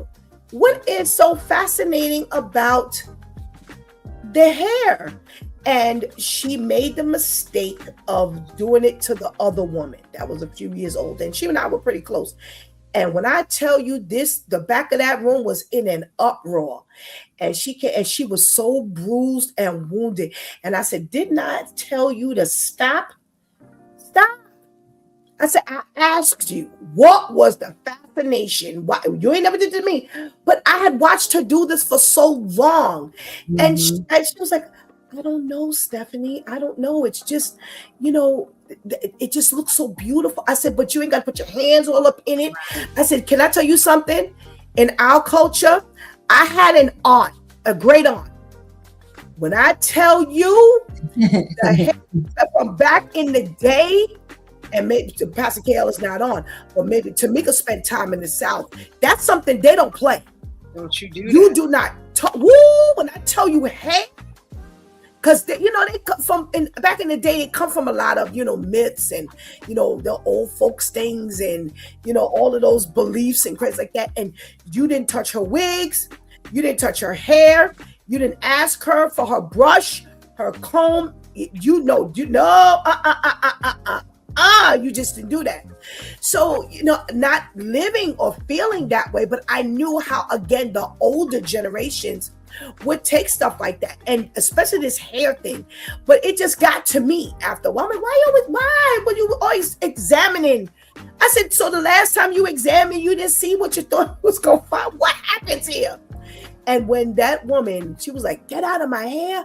How about you do that all the time? I know you ain't all that fascinated. Don't be picking in my hair.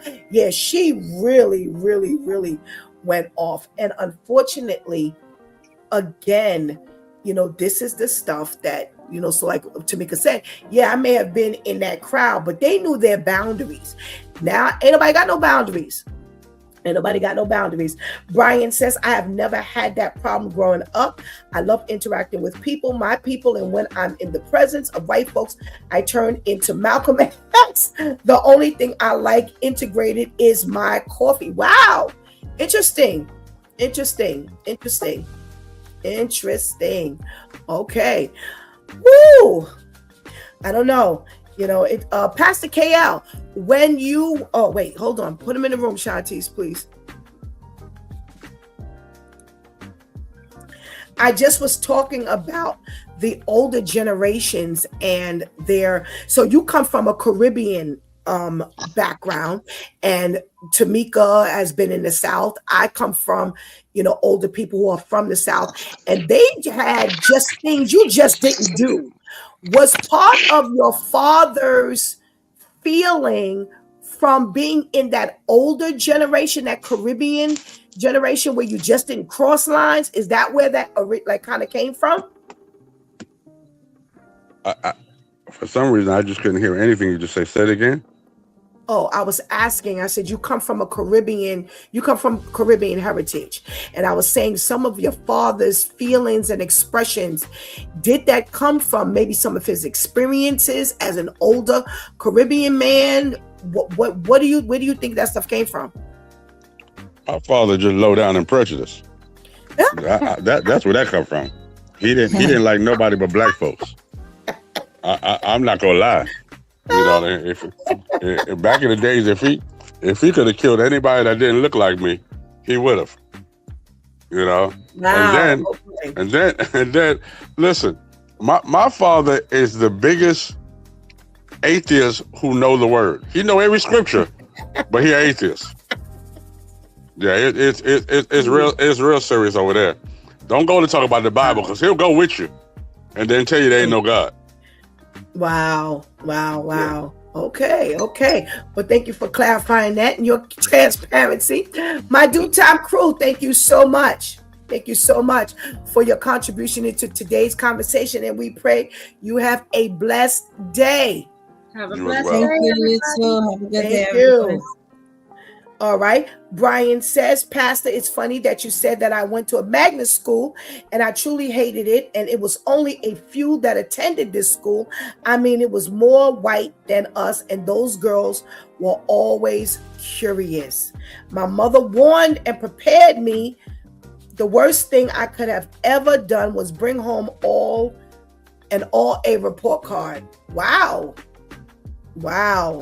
Boy, our upbringing definitely can shift the way we behave, the way we think, the way, we feel. And, a lot of this here, again, comes from what your surrounding was. Like I said, I had parents that actually did talk on either side. As everybody was talking, I really went back into my childhood, which I have a clear memory of. I can remember that like it was yesterday, and yesterday I can't remember at all sometimes. But my childhood, and I'm going to talk about since I always say I had an extended family, but I'm talking about my direct household, my parents. Never. And my parents were 40s babies who experienced a lot of that racist, the hoses, not them personally, but that was the era though, the dogs and the hoses and all of those things that they used to do to people, back during that day. My father hated the word nigger. You could not, that was something that he brought into, from, because that was used so derogatory. It was such a derogatory name and things like that. So needless to say, that black monkey and Klan stuff, that would have never been tolerated. But regardless of what he had experienced, or even my mother, they never talked about that. They never talk, don't bring nobody home and only see these people or only hang with these people, blah, blah, blah. I grew up in an urban neighborhood and it was all of us. It was Hispanic and black people, and there were a few white people and everybody just, got along. And we all, but it just didn't have the look that it has now. And again, like I said earlier, I didn't talk to my girls about it. It was just like, as long as they treat you well, and I don't think that ever came up. It never came up in our conversation. I didn't even start really talking to my girls about, who they saw, versus, like who they dated, until I felt it was time that they date. All right. And then I started talking to them about the abuse and being, like domestic violence and stuff like that. But as far as race and, things like that, that never came up. And so I can't say that when I would see that on TV, it bothered me because I came from that. I just always wondered, like, what? I already know the difference. And it's fine that these are your friends, but why are these your only friends? And that's why this is like, came to me so clearly. This particular story brought that up in me because that's the first thing I would always think. I'm like, nah, because see, there ain't going to be no barriers here. That I have learned. I did learn from my parents about boundaries and what you let people do and what you don't let people do. And what you stick around and what you don't stick around. And that was one of the things that I always thought. I'm like, yeah, okay, if you, somebody gonna be slipping up saying something, or somebody they're gonna feel too comfortable, and so. And again, the other side of the coin as well, they trying to be black. That's what they do. This is real, and let me tell you how real it is. Where your thought as a parent is more, so you claim that you're not racist as a parent, and these kids did not learn this at home and they're not racist, but you would sue for what they did. And Shantice hit the nail on the head. And we always talk about this parenting thing.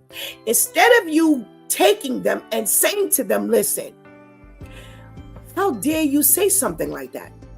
I don't even care if you thought that was a joke. We don't joke like that. No, they couldn't say it because it probably came from the home. But instead, you would now sue. It's almost like hearing the reverse discrimination. The white people who feel like they've been discriminated against because the black people got extra opportunities that they weren't eligible for. It's like this, it becomes twisted. And all that black people and minorities have endured, you now would want to sue when your child said stuff like Blackie Monkey was something near and something about from your favorite clan. Where does where does it even bring a chuckle, acceptance, understanding, anything? But yet you would now sue who? Who you suing? Sue who? You are so twisted that now you want to prove a point. And that's the problem. That's how you know that racism exists there. Because had it been my child, black or white, who came home and they told me that my kids behave like that, it would be officially on. Because again, the school is right. Bullying is bullying. It comes across in many, many, many shapes, forms, and fashions. And they said this is racial bullying. And it was. And the fact that you want to support this with, this was just jokes between close friends. Again, as with the mom and the women in the background, when the girl went up in Chicago and hit that mother in the street, there is nothing for Stephanie to say in regards to protecting her children. They wanted you to understand, these are just kids, and you have to remember they're just kids. They didn't do kids things. But, this is just kids. Because it's being done by a child does not make it a kid's thing. Pay attention. Because again, if you're learning this from home and from the adults, these are adult things. Because I do believe one of the things that I have seen in all my life is kids at the end of the day, kids are kids. They'll eat behind one another and be lapping up ice cream together and sharing stuff and putting their hand in one another's bags, and you'd be like, oh God, look at the germs, look at the germs. But they don't care. Everybody's their friend. If they come home crying, so-and-so, what happened to your knee? So-and-so pushed me. Pushed you? Who, my friend? Everybody's a friend. Everybody's a friend. So in the beginning, if your home does not have racial bias, bigotry behavior, then you're going to be neutral. You're going to hang out, especially again, if this is the arena that you're in. If you are, someone who makes a lot of money and you want to move your kids out of the neighborhood of the people that you don't want to be around anymore, and you want to put them in a better environment, I'm not mad at you. But I think you need to show them a balance and some diversity. Why? Because what you don't seem to remember or think or understand is these kids may be, they're all being raised, but how are they being raised? What's behind, what's going on in their home? You may not be doing any of this stuff, but what happens in their home? What's happening? What are they experiencing that might leak out into your relationship? What? And not every child actually represents what goes on in a home. I have family, very close family, and it was 4 of us. Raised the same, presented with the same opportunity. Why they are attracted to what and still we're senior citizens pretty much, and they're still attracted to the junk. They're still attracted to the low lives. They're still attracted to the environment, and they were moved into a nice environment, but for some reason they gravitated over there. So everything, you can't honestly say it comes from the home, because I have personally seen, and we would ask, why is that your thing? The 3 of us find that to be like annoying, and we don't want that. Why you? Why would you? What's the attraction? So you understand very clearly that it doesn't necessarily stem from the home. But when I talk about all I see is this, and you're the only one there, unfortunately, like I said, you need to make sure your children understand. Be careful of certain things. Don't say certain things. Don't do certain things. Because when you do that, if there's someone in that group. Now, here's the interesting part. You had 6 friends. So out of the 6, he was 1. So you mean to tell me the 5 of y'all got together? So nobody in the group. Now, one person in that group thought that bag of pranks was not fine. I'm on the outside. I ain't got nothing to do with that. What's up, my nigga from your favorite clan, Blackie Monkey? Y'all serious? He's the only one in here like this, so she's the only one in here like this, and that's what we doing? No, no. And not only that, I am no longer a part of that group. This ain't gonna be no one-shot deal. So I'm gonna overlook this, and now we all gonna hang together. And some people say, oh yeah, Pastor Steph, you said that because you're older now, but they're just kids and they trying to learn. Can I be honest with you? That was never me. Not perfect, but there was just certain things I just didn't do. And that did come from my mother. She was one for separate yourself. And she did not mince words. She would cuss you out, cuss it out. She said what she felt. And that was one thing that I just could never tolerate. And that's the one thing that I taught my girls. Listen, this ain't it goes back to when they say, if they tell you who they are, believe them. And that's, if I didn't know that this is who y'all and what y'all were up until this point, this is supposed to be our close friend. How are we presenting him with stuff like this? No, I'm sorry. We're not doing this. We're not doing this. And I'm not a part of this anymore. If I got to go find me another set of white friends, black friends, blue friends, green friends, if I got to be friendless. Now, how does this convert to the family of God?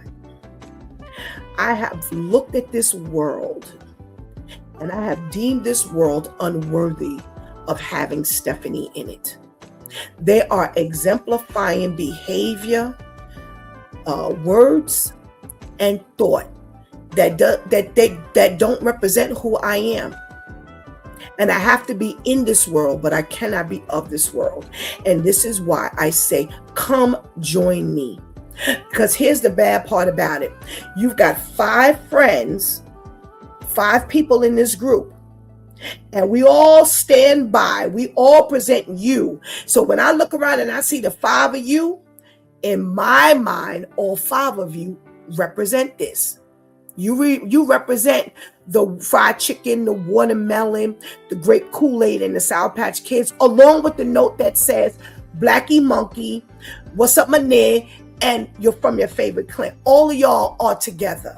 And that's why God says we need to be the peculiar people. Here's the thing. If we teach our children from young, you don't mind being the peculiar one, be the peculiar one.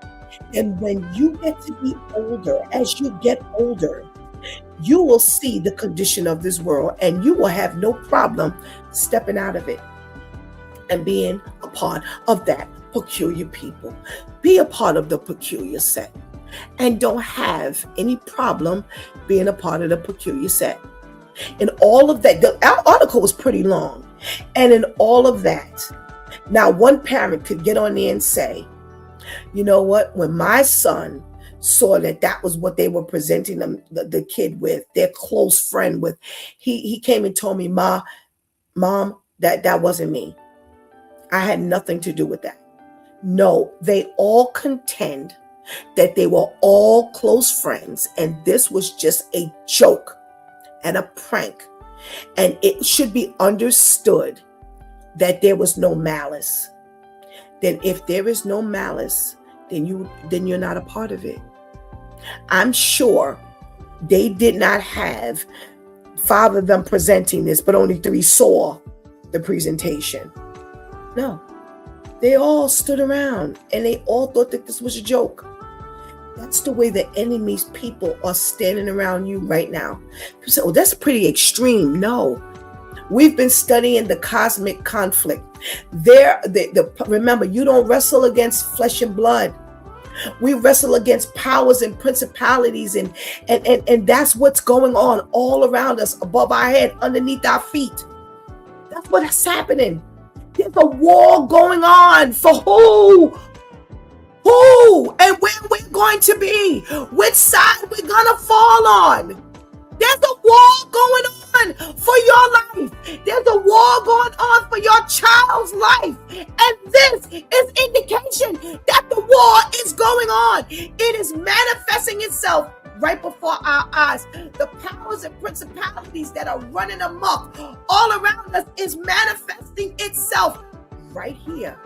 And that's why we must teach our children from now that we must choose wisely. The word God says that Joshua said, choose this day who you belong to. It's real. And if we don't teach them from now, then they're going to be caught up in the influence of my friends and what our intent is. Intent ain't got nothing to do with the damage. We talked earlier about all the people who were pardoned from all of their crimes. Not one of those accounts said, well, somebody made a mistake and somebody hit their head, or somebody, was chasing somebody and they ran into the street and they got hit by a car. Wasn't their intent. But they were killed in all the melee. That's what you need to understand. That we don't fight against flesh and blood. We fight against powers and principalities. So in other words, the influence is right here. The influence is in front of our face.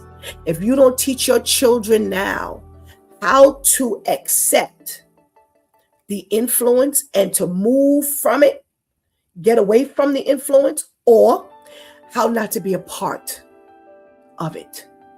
You don't handle this that way. If you're close friends, you show love. You may not always agree. That's part of being human. But we all show one another love. Show one another love. There is a difference. When you teach your children this, they will grow up with it. Well, Shantice and I were talking about family dynamics. And there are families where they don't share anything. Everything is secret. Somebody could be dying. Nobody knows anything about it. Once they fight, that's where it ends. Everybody's fighting. There's a war. They don't speak anymore. And then there are other families where, you know what? We may fight, but we recover. We may argue, but we make amends real quick. We don't stay there because there's love, and we understand that we just disagree at times, but there's two different sets of families. And when we were talking, I said to Shantice, I said, but watch the growth pattern from children. Either they were taught, because from the adults, they weren't taught forgiveness. They were not taught love. They were not taught, listen, we just don't agree, but we pick up and we move on, and we walk together until we don't agree again. And then we learn how to settle our disagreements. And then you have children who grew up in the family who knew what disagreements were. And you know what? We just patch that thing on up and we move on. We know we're going to eventually run into something, but we'll move on. It all starts from the beginning. It all starts at the very beginning. And if you don't teach your children now how to love,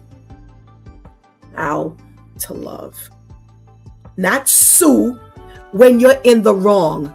And that's what these parents are showing. We're going to sue because they claim we're racist, and I'm going to prove them.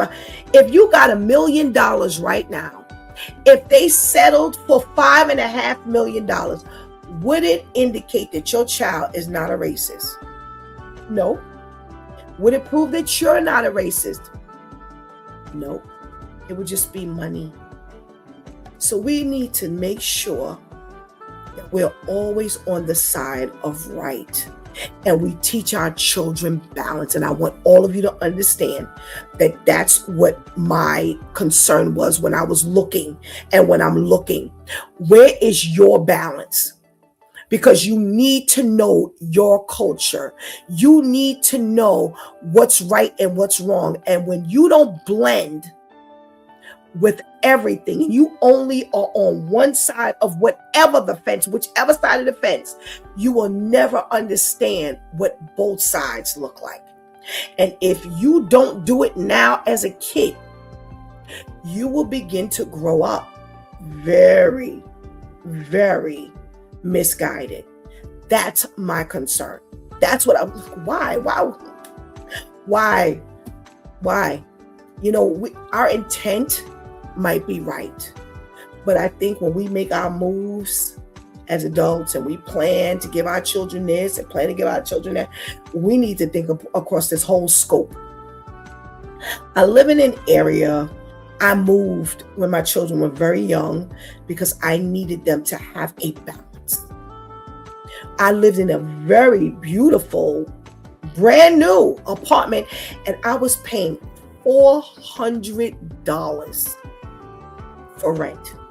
$400.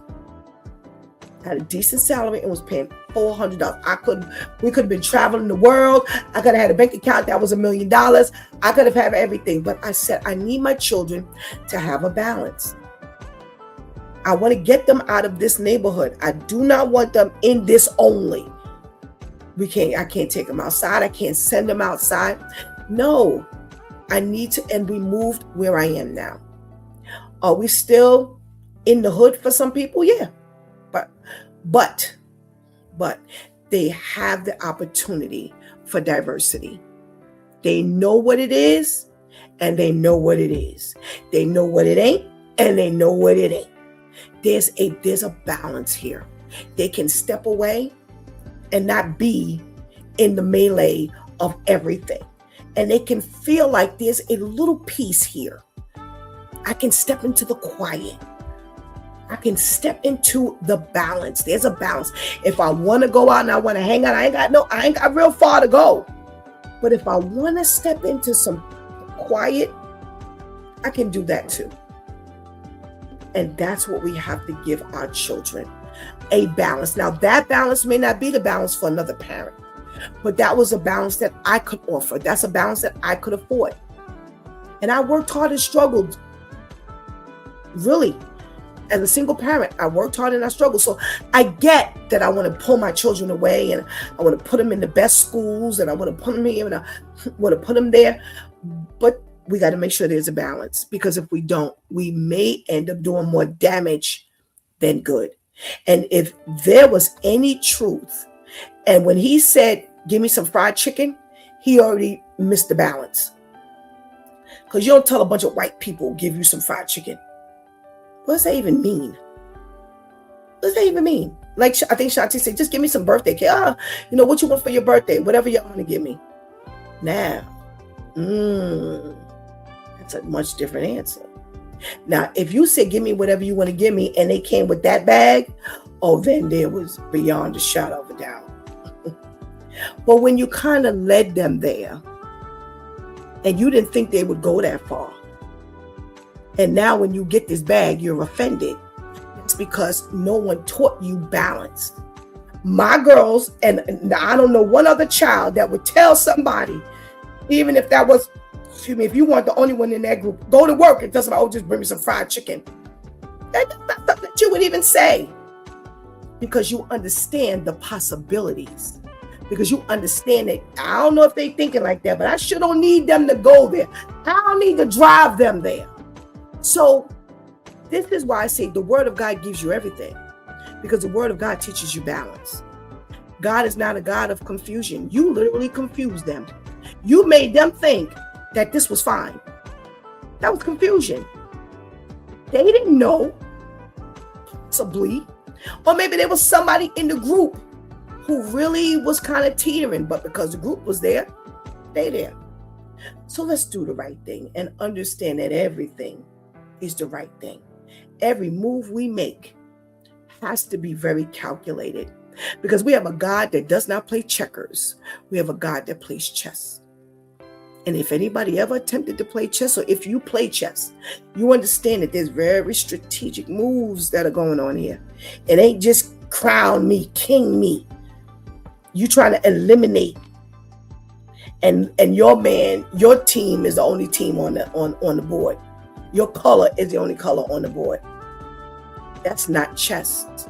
Chess is a very calculated game, and that's what God is, a very calculated God. So please let this help you understand that this is why God is needed in every life, because this is what adds and enhances your life. So come on and join me. You've been watching It's Due Time with Pastor Steph. Join us Monday through Friday from 7 a.m. to 9 a.m. where we discuss matters of the heart, mind, and spirit. As you go through your day, be sure to set your mind on things that are above, not on things that are on the earth. They will only serve as a distraction. Remember, prayer changes things.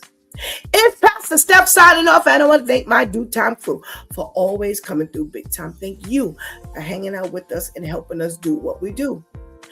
Thank you for helping to keep that chat room alive.